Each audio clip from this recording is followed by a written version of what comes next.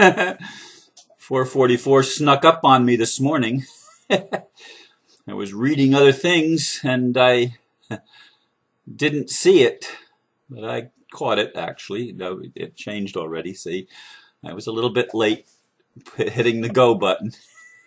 And it was a little bit difficult to get out of bed again this morning for I think the second day in a row. But I still got up at 20 minutes to 4. I like to get up by 3:30, but I don't always make it. Anyway, the title for today is In the Matrix, Loving is Revolutionary. My mentor in the 1980s was Dr. Bruce L. Morgan. In his time, he was a revolutionary man. He was a radical, fundamentalist preacher who saw Carl Jung as the major prophet of the 20th century, much to the chagrin of the Bible thumpers. He gave a series of lectures in the Tabernacle Church of Melbourne around 1982, the year before I moved to Florida. It was called Environments That Encourage Growth. The central theme of the messages was that love is the key ingredient to healthy spiritual growth. I still believe that is true, and I have seen it in the workshops that I've attended regularly. However, in our human culture, love is seen as weakness and often discouraged. To me, this is the single most important factor that must change if we are to experience peace on earth. That is why the OPPT is so revolutionary with its emphasis on loving as unconditionally as possible. Being and doing from a loving heart is our way home. I believe our only way home. And I forgot a word once again. The little word is. Okay, save it. Oh, after I wrote the blurb, I started checking emails, and Tuts Message for today goes right along with the topic, and I didn't know that when I wrote the topic. Mike Dooley wrote, "The evolution of all spiritual life, Ron, includes 3 absolutes. You will love. You will be loved. The former will eventually be far more important to you than the latter." Grasshopper, the universe. And his P.S., it's when an old soul, Ron, becomes an old soul. I would add one thing. The first absolute is you are love. That is our natural state of being. Anything unnatural will always feel out of place. It will always produce negative emotions because you're not coming from a place of who you are.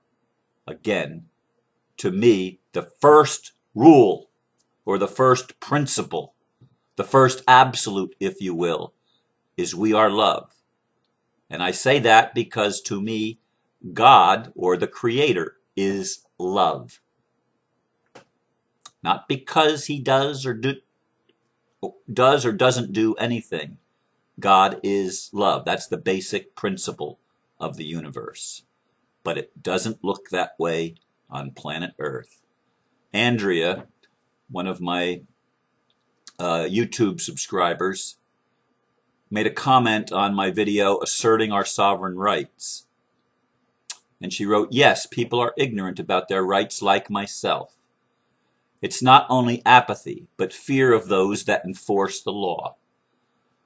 They are very intimidating to people like myself. What is your advice to everyone on how to use their sovereign rights?" Well, I'm not going to talk about sovereign rights today. I'm going to talk about our nature. Our nature is to love, because that is the nature of the one being, the unified source that created all things, including the apparent opposite of itself. Now, I'd had a talk with Margie before the Love Line last night, and she was saying, Ron, it's all perfect just the way it is. The evolution is going forward. And that is a common belief in the New Age, New Thought, metaphysical, spiritual community.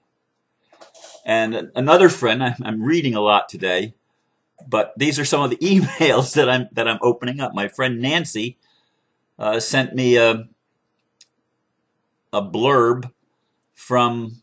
She says, here's what it says in the email. From Marianne Williamson for the spiritual New Age people who don't think you should look at the world and see what's wrong with it. It is crucial that we do so. Thank you, Marianne, for your brilliant words. And Marianne wrote, as a spiritual community, we know that speaking our truth is a good thing, and that denying our true feelings is a bad thing. That's true in all relationships, political as well as personal. There's nothing unspiritual about speaking out about economic injustice, reckless militarism, environmental destruction, mass incarceration, and so forth. As it says in A Course in Miracles, look at the crucifixion, but do not dwell on it. We must look at the wounds of a society, just as we must look at the wounds within us. We must look, acknowledge, atone, and begin again, standing for economic justice, for criminal justice, for peace building, for environmental reverence. But we can't skip the painful part. We can't skip the crucifixion and go straight to the resurrection. That's not transcendence, but denial.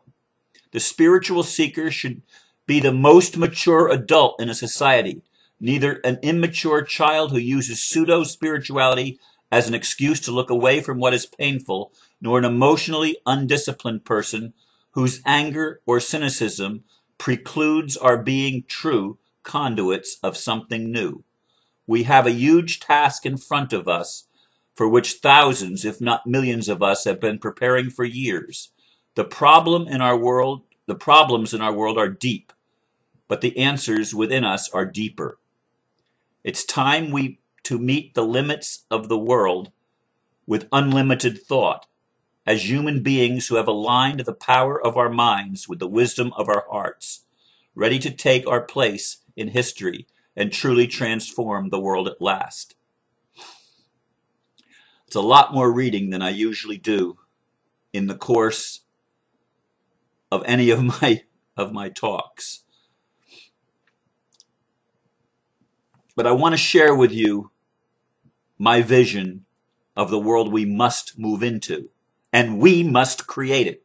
Whether that comes with ET or angelic help, or whether it comes with a personal empowerment of us as human beings, we must change a very important thing. We must create a world that does not have psychopaths in charge, that does not have demons running amok in our culture and in our societies. The problems that Marianne Williamson mentioned in her brief talk, in her brief words, in her brief whatever it is, in her brief, those things are essential that we work at. It's not a matter of choice.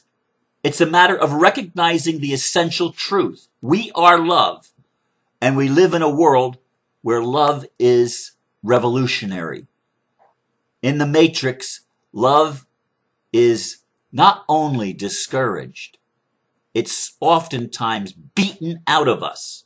Even little children come into this world and are abused by their own parents and their own family and the authority figures in the world, so that fear is put into their very soul from the onset of their entry into the world. Now that's wrong. And Margie says, there is no right and wrong, Ron. Give me a break. There is right and wrong.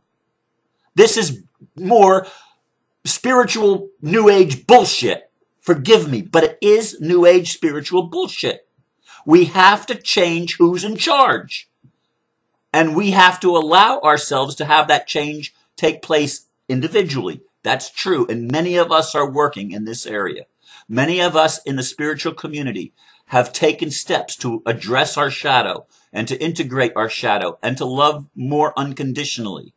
But we must take this into the political realm as well. Not taking it into the political realm allows the politics to go on as usual, which means the bankers continue to steal from people. It means the soldiers are trained to kill others that are not their enemies because they're taught to have enemies. This thing has to transcend the individual thing and go into the societal thing, or otherwise we cannot redeem the earth. We cannot experience the anti-adromia. And my other friend Claire, I watched a video last night before I went to bed of her talking about the trigonometry of the anti-adromia, which I thought was quite interesting.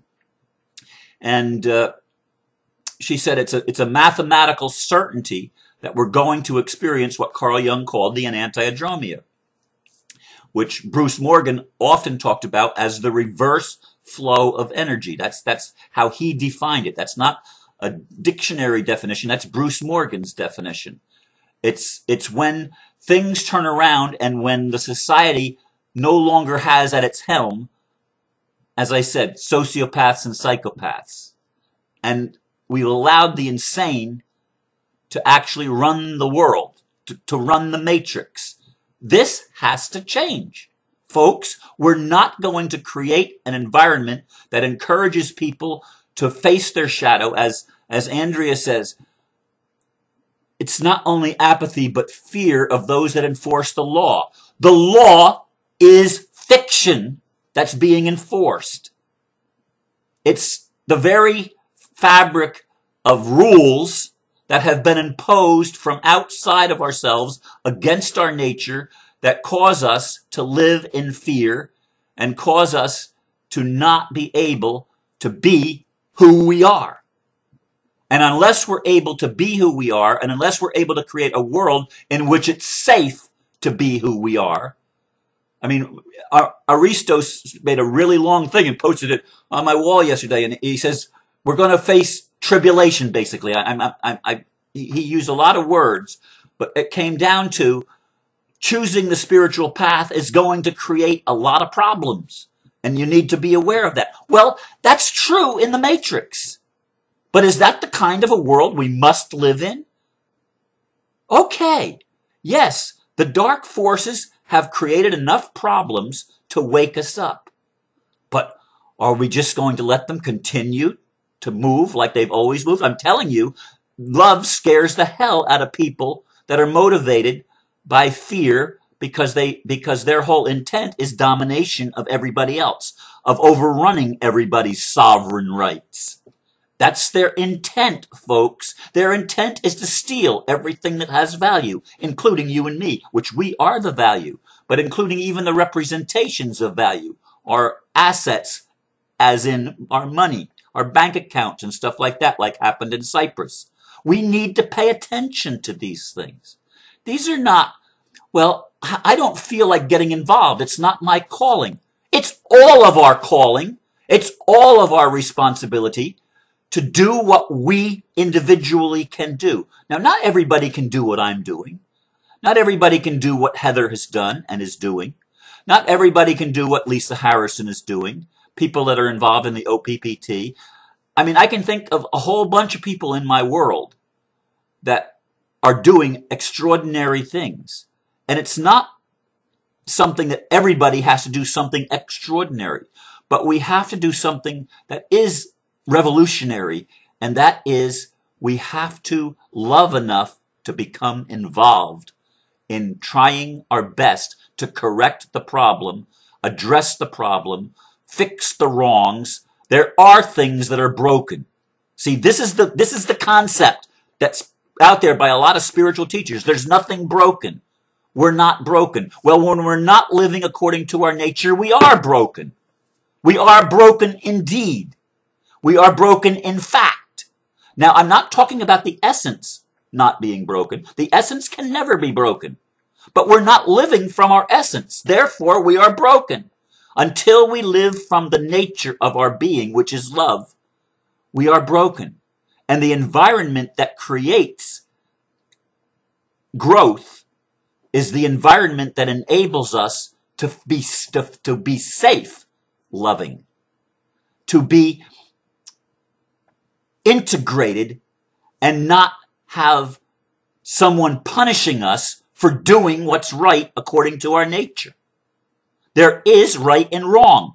Don't buy into this crap, and it's crap, that says there is no right and wrong. Everybody is right. Well, everybody believes their own truth. That's true. And they are right in their own minds. But that's self-righteousness when it's against the nature of the individual. When it's against the nature, let me not just say of the individual, when it's against the nature of life.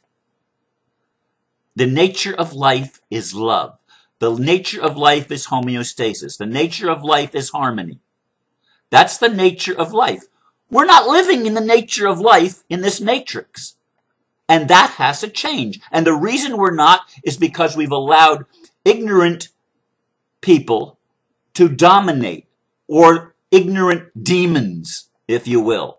And I'm not into this archons and demons running the world and Satan's the god of this world. I'm not into that at all, because to me, there's only one source. Only one. And that is the creator of all that is, who said in the Bible, I create light and I make the light and I create the darkness. However, it's, I think, Isaiah, but whatever. In any case, that one source is calling forth healing. And that source is choosing you and me to stand in our power, which is love. Love is our power. That's what makes the psychopaths squirm, because they can't handle love. And that's the truth. And we need to love the psychopath, because the psychopath's tentacles are in us. Psychopathy, or psychopathy, however you want to say it, is in each of us, and we need to address that as our shadow. But we need to do it not just individually, but collectively. Now, I don't see snapping the fingers and we're going to be living in this new, beautiful, utopian world tomorrow. I don't see that happening. That may take, what many people say, a generation or two. But we must address the issue of leadership. We must address that. And that is a political and spiritual challenge to everyone that's awakening. We need to be willing to do the revolutionary act of loving enough to get involved and doing what we individually can do in sharing with others, in helping others to the extent that we're able. Just be and do according to our nature. And yes, Andrea, it's a scary thing. Just like Aristo said in his long dissertation yesterday. It's a scary thing. But we've got to do this. We've got to do this, folks. We've got to take back the world, or we're never, ever going to be able to establish peace on earth and the loving environment that allows everybody to come home. I thank you for listening. Namaste.